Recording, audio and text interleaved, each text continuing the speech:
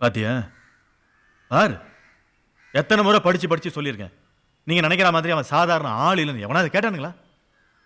இந்த police department மேலே கை வச்சுட்டு போயிருக்கான். இவங்க போய் அவனை கண்டுபிடிக்க போறாங்களா என்ன? இரு இரு இரு, ஏன் இப்ப கத்துற? அவங்களாம் வந்துட போறாங்க. வரட்டும். சரி, நீ மெடிக்கல் லீவ் போட்டு போனிய, அது என்னாச்சு? நான் கிட்டத்தட்ட பிடிச்சிட்டேன். கிட்டத்தட்ட பிடிச்சிட்டியா? இது வந்தவாசி தாலுகா ஆபீஸ்ல வேலை பார்க்குறவங்களோட லிஸ்ட். இவங்க எல்லார பத்தியும் தனித்தனியா விசாரிச்சு ஏசிஎஃப்ல இருக்கிற அந்த ஒருத்தன் யாருன்னு பிடிச்சிட்டேன். இவர் முதல் ஆளு. இவர் போன வருஷம் 25 ஏக்கரா நிலம் வாங்கியிருக்கிறார். ஸோ இவர் இல்லை. இந்த ஆளு பையனுக்கு இன்ஜினியரிங் காலேஜ் சீட் வாங்குங்கிறதுக்காக 3 லட்ச ரூபாய் லஞ்சம் கொடுத்துருக்கிறார். அதனால இவரும் இல்லை. இவர் ஒரு சாந்த்ரோ கார் வாங்கியிருக்கிறார். இவர் பொண்ணு கல்யாணத்துக்காக 150 பவுன் நகை போட்டிருக்கிறார். இவனும் லஞ்சம் வாங்கினவன் தான். இவங்க எல்லாருமே ஆமாம ரேஞ்சுக்கு தகுந்தாப்புல லஞ்சம் வாங்கியிருக்காங்க. ஆனா இந்த 47வது ஒரு ஆள் மாத்திரம் ஒரு பைசா கூட லஞ்சம் வாங்கல. பேரு குமரேசன். சம்பளம் 3000 ரூபா. அக்கௌண்டன்ட்டு. 500 ரூபாய் வாடகை வீடு. டிவி 50 வச்சிருக்காரு, அதுவும் டியூவில். பையன் கார்பரேஷன் ஸ்கூலில் தான் படிக்கிறான். லயன்ஸ் கிளப்பில் 43 தடவை ரத்த தானம் பண்ணியிருக்காரு.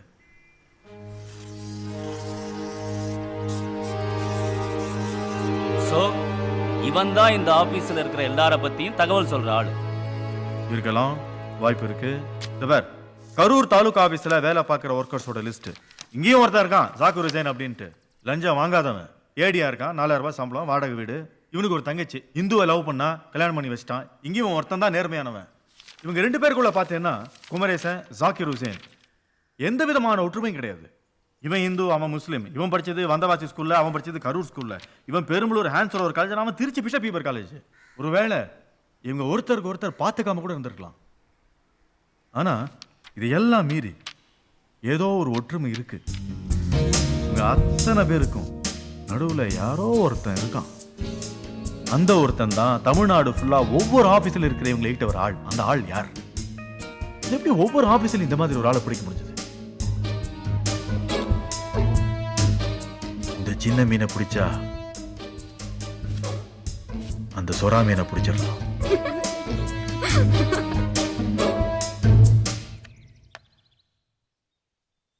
ஆமா, எப்ப பார்த்தாலும் எங்க வீட்டுக்கே வந்துட்டு இருக்கியே, ஹாஸ்டல் பிடிக்கலையா? இல்லடா, எனக்கு குழந்தைங்கன்னா ரொம்ப பிடிக்கும். பெத்துக்க வேண்டியதானே? ஏய், உதச்சனா? ஆண்டி, தமிழ்நாட்டின் அறநிலைத்துறை சீஃப் செக்ரட்டரி யார்? ஏய், என் அங்கிள் சந்தா அவரு. பேரு அன்புக்கரசு IAS. அன்புக்கரசு. AN பு பப்பி, யூ. அறநிலைத்துறை சீஃப் செக்ரட்டரி அன்புக்கரசு இல்லம்மா, மலைச்சாமி IAS. நேத்து காலையில செக்ரட்டேரியட்ல அவரை பார்த்து பேசிட்டு வரேன். எனக்கு தெரியாதா? சிரிச்சிட்டா உண்மையாடுமா? எவ்வளவு பெட்?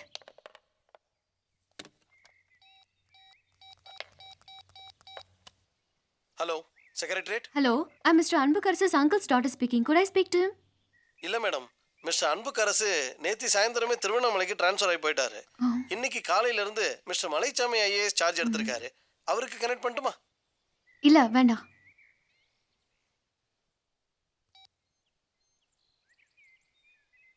என்ன இப்போ? நேத்து காலையில நான் போன மாதிரி நீங்க ஈவினிங் போயிருப்பீங்க. சரி, உள்துறை செக்ரட்டரி யாருன்னு சொல்லுங்க. Mister Munir Hoda. Industrial department mister Shaktikanta Das. Public department mister Pichandi IAS. சரி, செக்ரட்டேரியட்ல மொத்தம் எத்தனை டிபார்ட்மெண்ட் இருக்கு? இப்போ உனக்கு என்ன தெரியணும்? தமிழ்நாட்டோட மொத்த ஜனத்தொகை 6,21,00,000. அதுல ஆண்கள் 3,13,00,000, பெண்கள் 3,09,00,000. இதுல ஓட்டுரிமை இருக்கிறவங்க 4,79,00,000. ஓட்டுரிமை இல்லாதவங்க 1,42,00,000. படிச்சவங்க 4,06,00,000 பேர். படிக்காதவங்க 2,15,00,000 பேர். வறுமைக்கோட்டுக்கு கீழே 86,00,000 பேர் இருக்காங்க. விவசாய நிலம் 1,10,00,000 ஏக்கர். தரிசு நிலம் 50,00,000 ஏக்கர். மொத்த கலெக்டர்ஸ் 30 பேர். Munsif court 409, district court 30, government hospitals 364. சராசரியா 72 பேஷண்ட்டுக்கு ஒரு பெட். மொத்த போலீஸ் ஸ்டேஷன் 1276. போலீஸ் எண்ணிக்கை 82,840. மொத்த ஜெயில் 133, ரயில்வே ஸ்டேஷன் 626, உலக வங்கியில தமிழ்நாட்டோட கடன் 4000 கோடி. ஒரு நாளைக்கு ஒரு கொலை, ஒரு கற்பழிப்பு, 72 திருட்டு கேஸ். ஒரு மணி நேரத்துக்கு 127 பேர் பிறக்கிறாங்க, 44 பேர் சாகுறாங்க.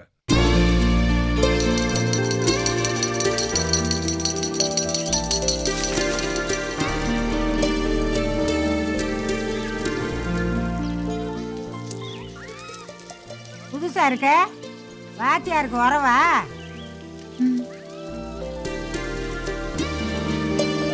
பாட்டி உங்ககிட்ட ஒரு விஷயம் கேட்கணுமே. என்னதாயி? ஒன்றும் இல்லை, இந்த வெள்ளைக்கார பொண்ணு, ஹிந்தி பையன், மற்ற 2 பேர், இவங்கெல்லாம் யாரு? மாஸ்டருக்கும் இவங்களுக்கும் என்ன சம்பந்தம்? அல்ல அனாதை பிள்ளைய. அந்த வெள்ளைக்கார பொண்ணு யாரு தெரியுமா? கொஞ்ச நாளைக்கு வடக்கு பக்கத்தில் வேனில் உயிரோடு வச்சு ஒரு வெள்ளைக்காரன் குடும்பத்தை எரிச்சாங்களே, அதில் தப்பிச்சது அந்த பொண்ணு. அம்மா அப்பா 2 தம்பி எல்லாம் அந்த பாப்பா கண்ணுக்கு முன்னாடியே வச்சு எரிச்சு சாகடிச்சிட்டாங்க. வாத்தியார் தான் யாரையோ பார்த்து கூட்டிகிட்டு வந்து வளர்க்குறாரு. இந்த இந்திக்கார பையன் இருக்கானே, அவன் குடும்பம் சாதி சனம் எல்லாம் குஜராத்து பூகம்பத்தில் செத்துட்டாங்க. அந்த பொண்ணு இருக்க, அது கோயம்புத்தூர் குண்டு வெடிப்பில் அவங்க ஆத்தா அப்பா எல்லாம் செத்துட்டாங்க. 2வது பையன் வந்த புதுசில் ராத்திரியெல்லாம் அம்மா அம்மான்னு அழுதுகிட்டே இருந்தேன். நம்ம வாத்தியாரையும் தூக்கி தோளில் போட்டுக்கிட்டு விடிய நடந்துக்கிட்டே இருந்தார். பெத்த பிள்ளையவே கள்ளிப்பாடு ஊற்றி கொள்கிற இந்த காலத்தில் யார் பெத்த பிள்ளைய தான் பெத்த பிள்ளை மாதிரி வச்சு வளர்த்துக்கிட்டு இருக்காரு. இந்த நல்ல மனசு வேறு யாருக்குமே வராதும்மா.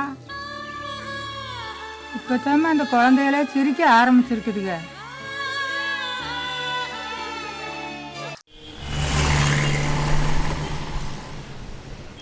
செகண்ட் ஃப்ளோர் போய் டெஸ்ட் பண்ணி ரிசல்ட் வாங்கிட்டு வாங்க. உங்களுக்கு என்ன? பையன் கீழே விழுந்து காலில் அடிபட்டுருச்சுங்க.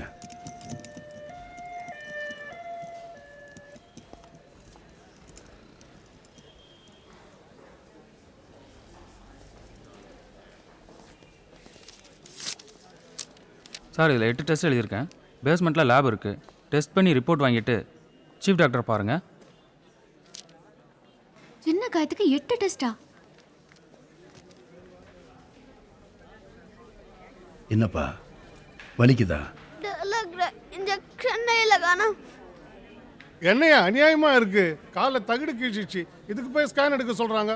உயிருக்கு பயந்து ஜிஹெச்ல இருந்து தனியார் ஆஸ்பத்திரிக்கு வந்தா இவனுக்கு இடுப்பு அண்ணா கத்தை கூட கழட்டிக்கிட்டு தான் விடுவானுங்க போல் இருக்கு. தொட்டதுக்கெல்லாம் பணம் கேட்குறாங்க.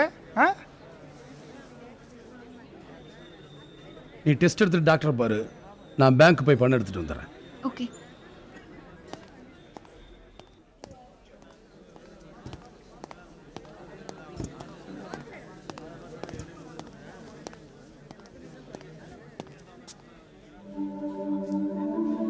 வீட்டுக்கு போயிடுவாங்க. அதுவே ஆப்ரேஷன் பண்ணோம்னா 15,000 ரூபாய் எக்ஸ்ட்ரா கிடைக்கும். 10 நாள் பெட் ரெஸ்ட் எடுக்கணும். நீ போய் இந்த ஃபார்ம்ல கையெழுத்து வாங்கிட்டு பணத்தை கேஷ் கவுண்டர்ல கட்ட சொல்லிடு. அப்படியே ஆப்ரேஷன் தியேட்டர் ரெடி பண்ணி சொல்லு.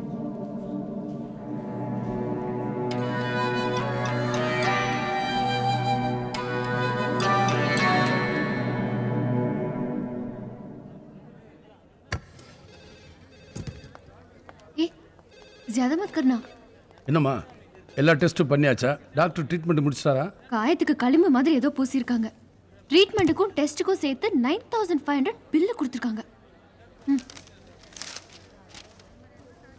சின்ன காயத்துக்கு போய் 9500 ரூபாய் பில். சரி நீங்க இங்க வெயிட் பண்ணுங்க, நான் போய் பணம் கட்டிட்டு வந்துடுறேன். छोड़ दो. No, only cash, only cash.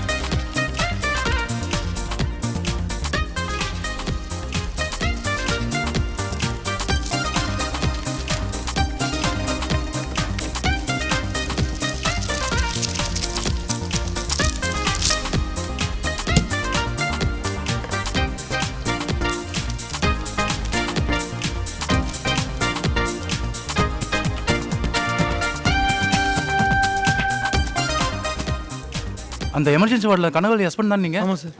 உங்கள் ஒய்ஃப் நேற்றே இறந்துட்டாங்க. ஹாஸ்பிட்டல் பில் கட்டணும்னு உங்ககிட்ட சொல்ல சொன்னாங்க. இறந்துட்டாங்களா சார்? நேற்று ராத்திரி ஃபுல்லாக இங்கே தானே சார் இருந்தேன். ஏன் சார் சொல்லவே இல்லை? அப்போ சொல்லியிருந்தா பணம் கட்டிருப்பியா? அதான் கட்டினதுக்கப்புறம் சொல்கிறோம். பாவீங்களா, சாகிறப்ப கூட பக்கத்துல எல்லாம் பண்ணிட்டீங்களா? பாருங்க சார், பாருங்க சார், நேற்று சாயந்தரம் இறந்துருக்கோம். இன்னைக்கு காலைல கூட அவளுக்காக கோயிலுக்கெல்லாம் போயிட்டு அர்ச்சனைலாம் பண்ணிட்டு வந்திருக்கேன் சார். ஒரு வாரமா கடையை கூட சாத்திட்டு நீங்க கேட்டப்பல்ல கட்டு கட்டா கொண்டு வந்து கொடுத்துடா. இன்னும் எவ்வளவு வேணும் கேளுங்கடா, இன்னும் எவ்வளவு வேணும் கேளுங்கடா கொடுக்குறேன். ஆனா ஒரு வார்த்தை அவளை என்கிட்ட ஒரு வார்த்தை உங்களால பேச வைக்க முடியுமாடா? ஒரு வார்த்தை பேச வைக்க முடியுமாடா?